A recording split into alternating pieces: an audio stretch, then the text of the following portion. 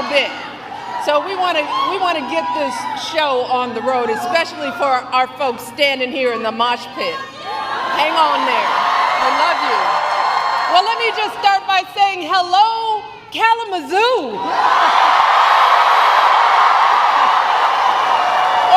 Or should I say Kamalazoo? Who is ready to elect the next president of the United States, Kamala Harris? Yes. But let me start, of course, by thanking Hallie for everything she's done to get out the vote here in Michigan. But most of all, I want to thank all of you because, 100 years old, no. Oh my goodness. You look amazing. I bow down. Doesn't it feel good to be together? I mean, it feels so good. I haven't done this in such a long time. It feels good to see how strong, how hopeful, how energized, how organized we all are.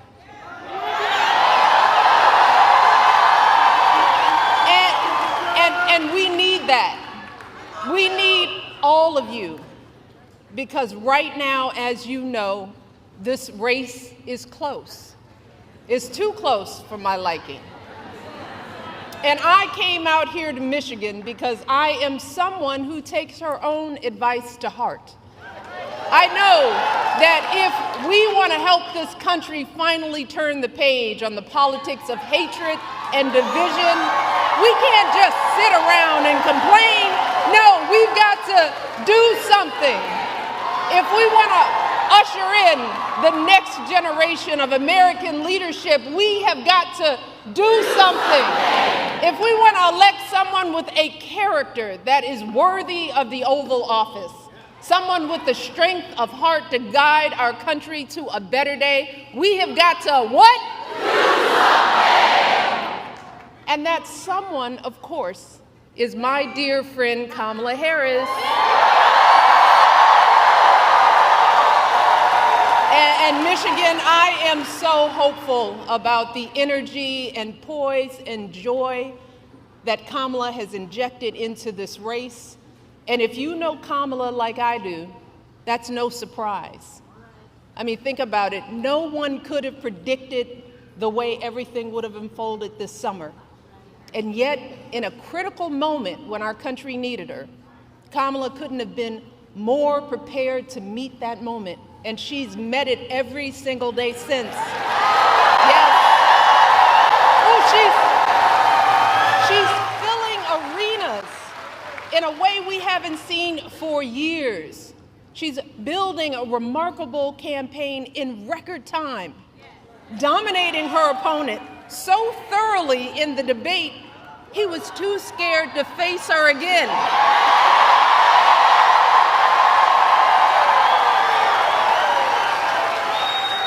Kamala, she's putting herself out there fearlessly, facing down even her harshest critics. She's seeking out Republicans to find common ground. And unlike her opponent, she's not ducking interviews or cowering in safe spaces only with fawning audiences. No, she's showing us what a sane, stable leader looks like.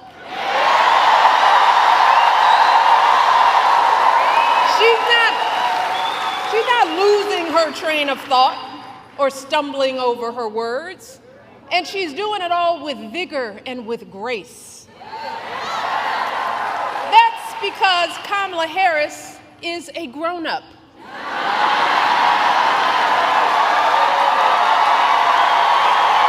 And Lord knows we need a grown-up in the White House. Someone with the maturity and fresh ideas to keep moving our country forward. Kamala is the only candidate in this race who has outlined a clear set of policies, including focusing on lowering costs and reducing drug prices for all Americans, giving tax credits to first-time home buyers, folks starting small businesses and working families, raising our kids. Let me tell you, it is a remarkable plan. And these remarkable last few months mirror the way Kamala has handled herself her entire life, fighting for working people and the vulnerable, first as a prosecutor, then as an attorney general, then as a U.S. senator, and now as our Vice President of the United States. Taking on the big banks, the transnational gangs and predatory for-profit colleges, and always doing it, holding her head high with warmth and dignity and class. So Michigan, do not buy into the lie that we do not know who Kamala is or what she stands for. This is someone who understands you, all of you, someone from a middle-class family raised mostly by her mom, like so many of us, leaning on her neighbors like we all do. That's what you want in a president, someone who gets you and will have your back. Take it from me. And I know good people. Kamala Harris is an extraordinary human being. She is an extraordinary candidate, and she will be an extraordinary president of the United States of America. Mark my words, because I don't lie. So Michigan, with all that being said, I got to ask myself, well, why on earth is this race even close? I lay awake at night wondering what in the world is going on. And it's clear to me that the question isn't whether Kamala is ready for this moment, because by every measure, she has demonstrated that she's ready. The real question is, as a country, are we ready for this moment? Are we willing to do what it takes to get her across the finish line, or are we going to let ourselves get distracted and fall for the scam? Are we going to lose sight of the dire consequences if we come up short? And right now, folks, I have to be honest, I'm not completely sure of the answers to those questions. Y'all give me great comfort in this arena. But this is a big country, and that's why all of my hope about Kamala is also accompanied by some genuine fear. Fear for our country, fear for our children, fear for what is coming our way if we forget the stakes in this election. And y'all, that's why I'm here today. And y'all know I hate politics. But I hate to see folks taken advantage of even more. So I wanted to do everything in my power to remind the country that I love, that there's too much we stand to lose if we get this one wrong.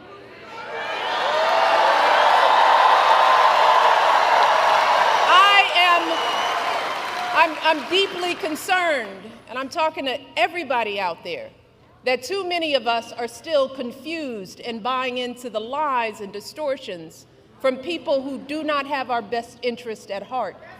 So I want to address some of these concerns head on. Because when you lay out the options, this choice isn't even close. But whether it's online or in the media or in our social circles, there are folks who say they're not sure about Kamala. They accuse her of not providing enough policy detail. Some wonder, do we really know her? Is she too aggressive? Is she not aggressive enough? There are folks sowing seeds of doubt about whether she's who she appears to be. Now, don't get me wrong. Voters have every right to ask hard questions of any candidate seeking office. But can someone tell me why we are once again holding Kamala to a higher standard than her opponent?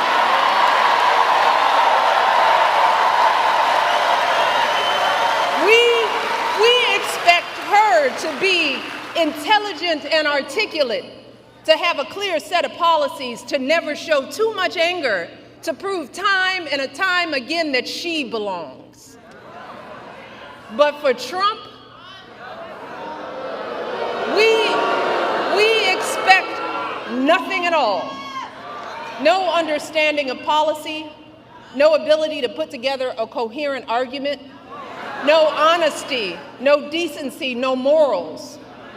Instead, too many people are willing to write off his childish, mean-spirited antics by saying, well, Trump's just being Trump, rather than question his horrible behavior. Some folks think he's funny. And if you remember, that's exactly how he got elected the first time.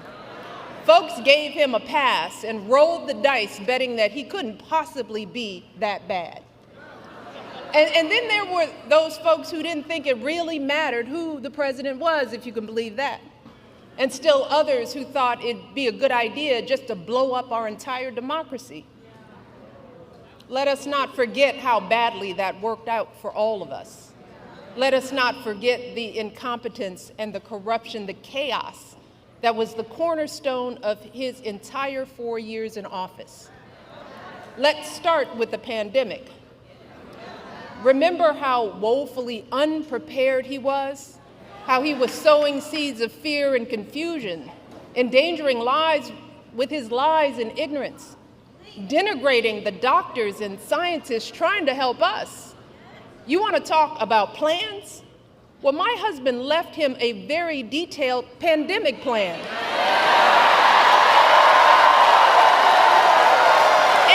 And you know what he did? He ignored it. He had no clue how to get us out of that crisis. No ability to bring back the millions of jobs we lost so suddenly. No idea how to get our students back into school safely. No attempt to help stem the epidemic of loneliness and isolation that too many of our young people are still dealing with.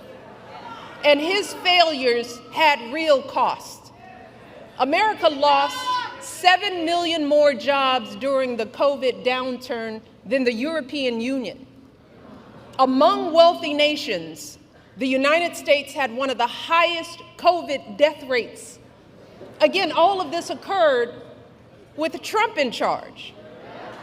And sadly, this was just the tragic exclamation point on his disastrous presidency. Installing judges and justices who have now stripped away our reproductive freedoms, cracking down on protesters marching to protect their sons from being shot because of the color of their skin, rolling back protections for LGBTQ Americans, fanning conspiracy theories, unleashing hatred in our communities. And then, when the American people fired him from a job that was too big for him to begin with, he tried to steal it, egging on a violent mob that breached our nation's capital. And when told that his own vice president was in danger, you know what he said? So what? So what, y'all? He said, so what? And after all of that, and there is more, there are still folks wringing their hands, crossing their arms, tuning out, saying they plan to sit this election out to prove a point. Well, let me tell you who isn't tuning out. Many of the folks who served closest to Trump and saw the danger firsthand. His former vice president, almost half of his former cabinet members, the growing list of four-star generals and Republican governors and senators and former House members, all of whom are not publicly supporting his candidacy the second time around. You all hear what I said? They are saying no, thank you. Many are speaking out. His chairman of the Joint Chiefs of Staff, for example, said, and these are his words, that Trump is fascist to the core. His Joint Chief of Staff. These folks know that nothing this man says or does is funny in any way. So I hope you'll forgive me if I'm a little frustrated that some of us are choosing to ignore Donald Trump's gross incompetence while asking Kamala to dazzle us at every turn. I hope that you'll forgive me if I'm a little angry that we are indifferent to his erratic behavior, his obvious mental decline, his history as a convicted felon, a known slumlord, a predator found liable for sexual abuse, all of this while we pick apart Kamala's answers from interviews that he doesn't even have the courage to do, y'all. So, I am praying that those of us contemplating voting for Trump or not voting at all will snap out of whatever fog we are in. I am praying that we consider the decades of sacrifice and struggle by all of our ancestors, the folks who marched and sacrificed and shed their blood for us. We have to ask ourselves, is a vote for Trump or no vote at all the way we honor their lives? And if that's the case, well, that surely doesn't sound like freedom to me. Because let me tell you, in any other profession or arena, Trump's criminal track record and amoral character would be embarrassing, shameful, and disqualifying. So, I hope that you will forgive me if I am worried that we will blow this opportunity to finally turn the page on the ugliness once and for all. Because believe me, if Donald Trump is president again, at some point or another, that ugliness will touch all of our lives. And it will not matter what you look like, how you worship, who you love, or how you vote. If you don't make 6 or 8 or 12 figures, if you're not famous, if you criticize or disagree with him in any way, if he doesn't view you as his equal or relevant to his ambitions, I promise you, he will not think about you when he gets into the Oval Office. And that will have real consequences for all of us. If your town gets hit by a natural disaster, who do you want looking out for you? Is it Donald Trump, who's spreading so many lies and conspiracy theories about climate change and FEMA that the workers in North Carolina trying to help folks clean up after the last hurricane were fearing for their safety? Or is it Kamala Harris, who has been meeting with local officials, comforting the families in that state and doing everything she can to get folks the help they need? If you're saving up to buy a house or pay off student loans, if you're caring for your kids or your parents or both, if you are a farmer, a factory worker, a paralegal, anyone whose job may be changed or replaced by technology, who will actually be thinking about you? Is it Donald Trump, who's palling around with billionaires that want a puppet in the White House who will let him run unchecked? Or is it Kamala Harris, who has been fighting for working people her entire life? If you're one of our service members, our veterans or military families, who is going to value your service and sacrifice? Is it Donald Trump, who has called those who gave their lives for our country suckers and losers? Or is it Kamala Harris, who I guarantee you will honor your commitment to the ideals we all share with every fiber in her being? And if you are a mother who has lost sleep worrying if your son could be the victim of a nightmare traffic stop gone bad, if you've ever been out there marching and weeping for justice, who do you think is going to have your back? Is it Donald Trump, who once took out a full-page ad to demonize innocent young black teenagers in New York City? who has dreamed openly about his own version of a purge, where in his words, he has said for one day, one real rough, nasty day, he says, he will allow cops to use violence indiscriminately, who I am sure has never spent a single second thinking about the lives on the other end of those batons? Or is it Kamala Harris, who understands the anguish in these interactions and has the experience that shows us that, yes, it is possible to keep our community safe and keep innocent people out of harm's way? And finally, y'all, who could possibly think that this man would care more about our men and boys more than Kamala Harris? And while we're at it, I want to think about who do you think possibly would care more about our reproductive health?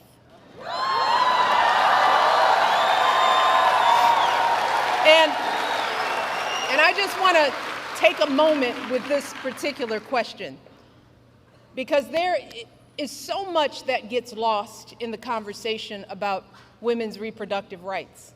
And I want the men in the arena to bear with me on this, because there's more at stake than just protecting a woman's choice to give birth. And sadly, we as women and girls have not been socialized to talk openly about our reproductive health. We've been taught instead to feel shame and to hide how our bodies work. Some young girls enter puberty not knowing what to expect. Too many of us suffer with severe cramps and nausea for days on end every single month. And then on the other end of the reproductive timeline, too many women my age have no idea what's going on with our bodies as we battle through menopause and debilitating hot flashes and depression. See, fellas, most of us women, we suck up our pain and we deal with it alone. We don't share our experiences with anyone. Not with our partners, or our friends, or even our doctors. Look, a woman's body is complicated business, y'all. Yes, it brings life, and that's a beautiful thing. But even when we are not bearing children, there is so much that can go wrong at any moment. Every woman here knows what I'm talking about.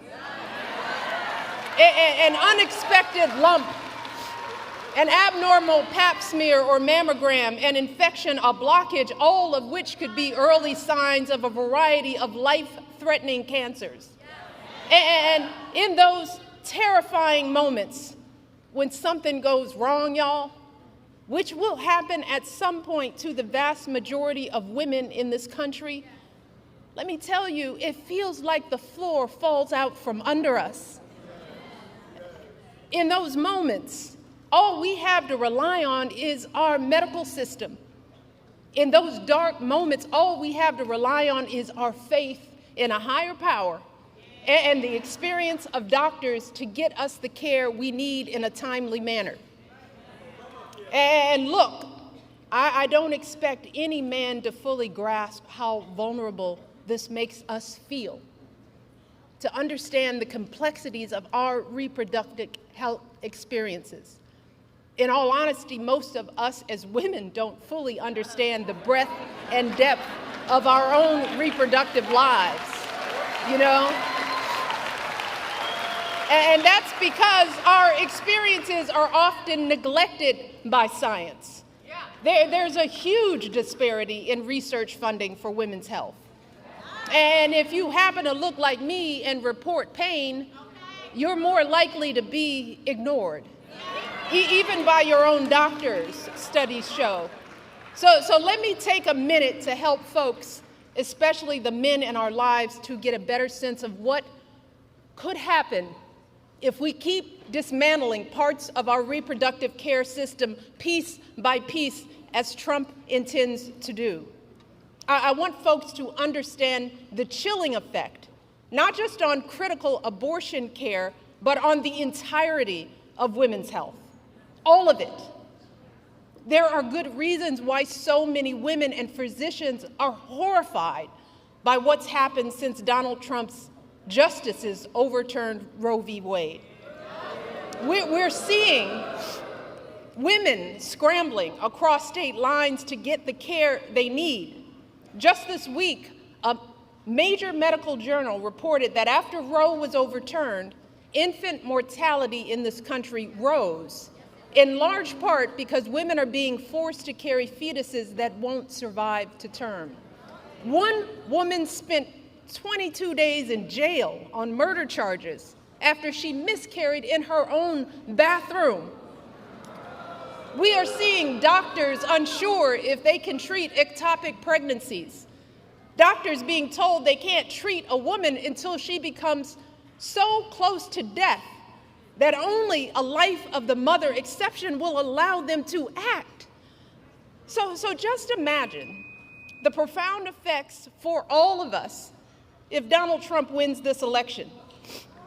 In states that are already putting abortion bans into effect, his FDA could further outlaw patchwork systems of telehealth appointments and mail-order pills, thereby eliminating the last remaining protections for women in those states. He could take actions that effectively ban abortion nationwide, which would put all of us in danger, no matter what state we live in.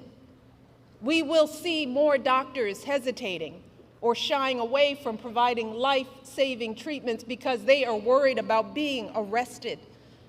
More medical students reconsidering even pursuing women's health at all. More OB/GYN clinics without enough doctors to meet demand closing their doors, leaving untold numbers of women in communities throughout this country without a place to go for basic gynecological care, which in turn will leave millions of us at risk of undiagnosed medical issues like cervical and uterine cancers. This is real. So do you think Donald Trump is thinking about the consequences for the millions of women who will be living in medical deserts? Does anyone think he has the emotional maturity and foresight to come up with a plan to protect us? Y'all, we are teetering on the edge. Even before these state bans, America was already lagging behind every other wealthy nation on measures like maternal mortality and paid leave.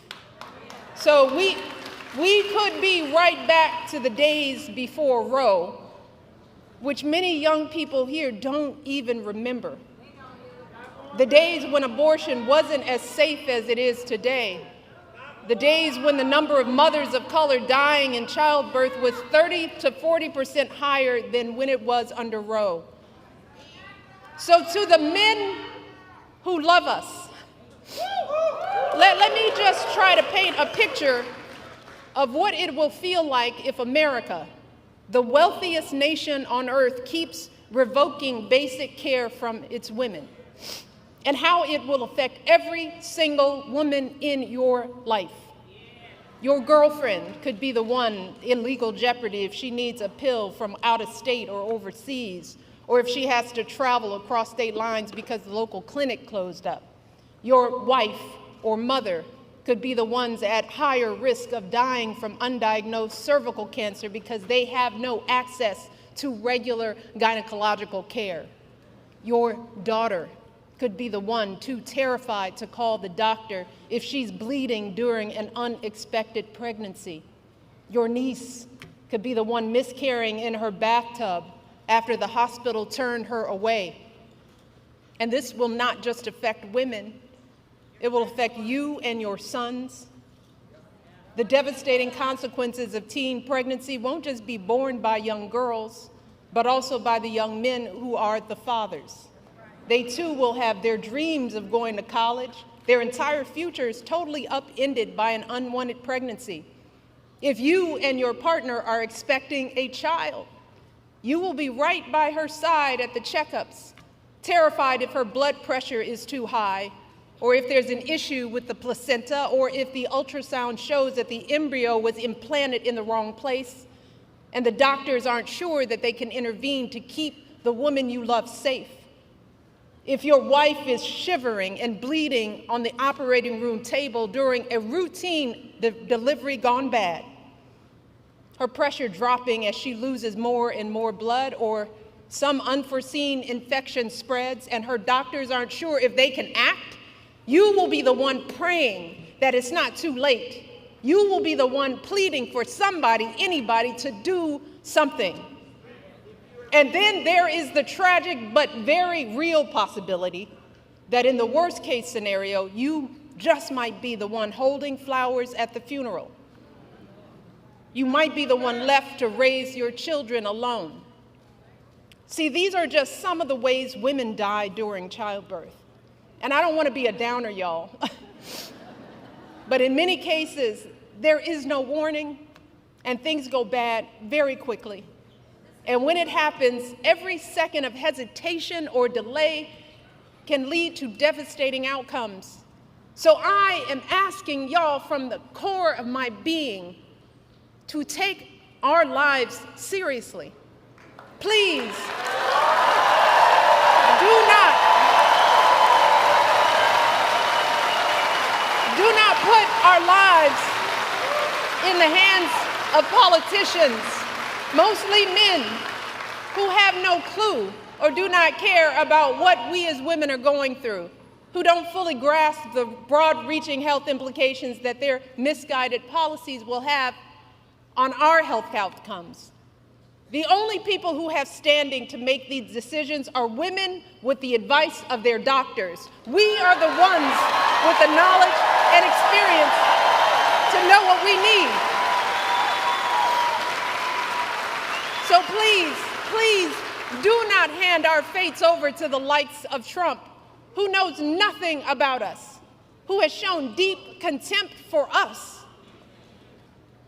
Because a vote for him is a vote against us, against our health, against our worth. And let me tell you all, to think that the men that we love could be either unaware or indifferent to our plight is simply heartbreaking. It is a sad statement about our value as women in this world. It is both a setback in our quest for equity and a huge blow to our country's standing as a world leader on issues of women's health and gender equality. So fellas, before you cast your votes, ask yourselves, what side of history do you want to be on?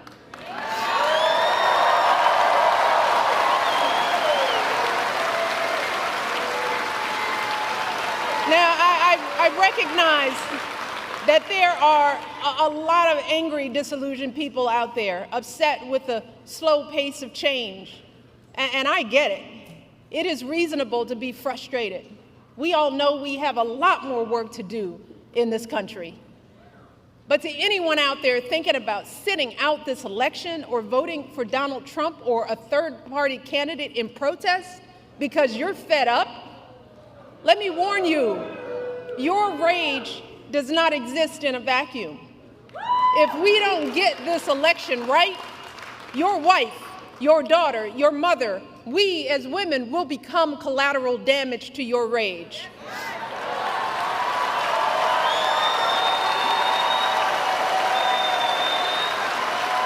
So, are you as men prepared to look into the eyes of the women and children you love and tell them that you supported this assault on our safety? And to the women listening, we have every right to demand that the men in our lives do better by us. We have to use our voices to make these choices clear to the men that we love. Our lives are worth more than their anger and disappointment. And we are more than just baby-making vessels.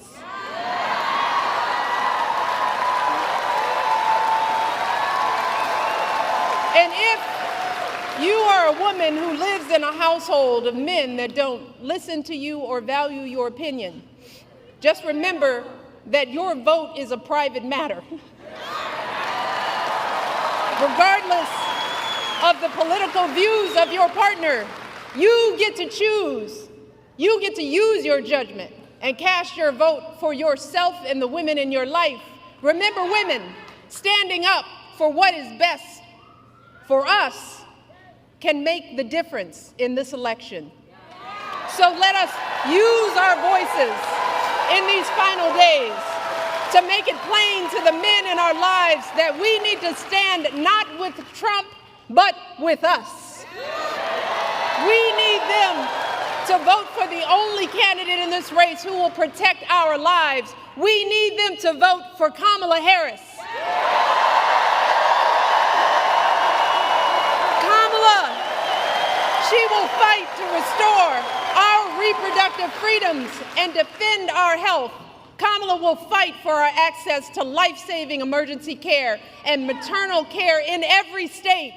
Kamala will veto any abortion ban or bill that restricts access to contraception or IVF. Kamala will expand access to birth control and abortion pills. And she will do all of this not because she's a woman, but because she's a decent human being.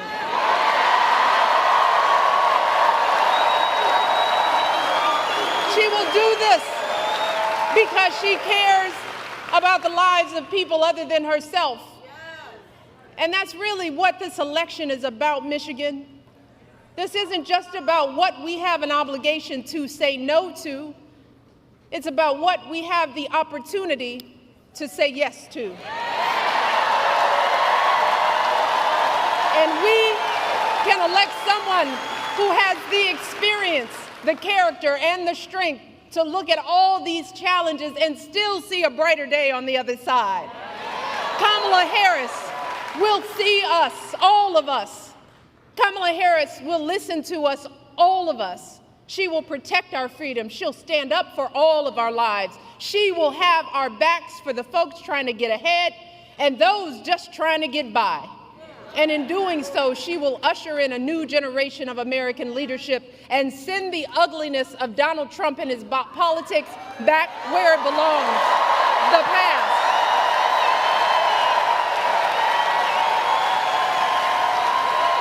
But Michigan, she cannot do any of this alone. So I'm asking you one last time, let us not just sit around and complain. Let's do something. If your brother or your son or boyfriend needs to hear your perspective, are you willing to talk to them? Are you willing to send a video of what I've just said? Are you willing to do something?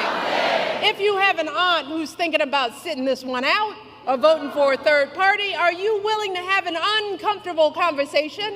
Are you willing to do something? If you have an extra hour or extra weekend, are you willing to knock on doors and talk to your neighbors? Are you willing to do something? Look, Michigan, we've just got 10 more days to make it happen. 10 more days to wave goodbye to the incompetence and hatred and division. 10 more days to welcome in a leader with the character and the heart and the strength worthy of the office she seeks and worthy of the country that we all love. Michigan, let's give Kamala everything we've got. Can we get this done? Can we get this done, Michigan? We need you, every last one of you. Get this done. Get this done.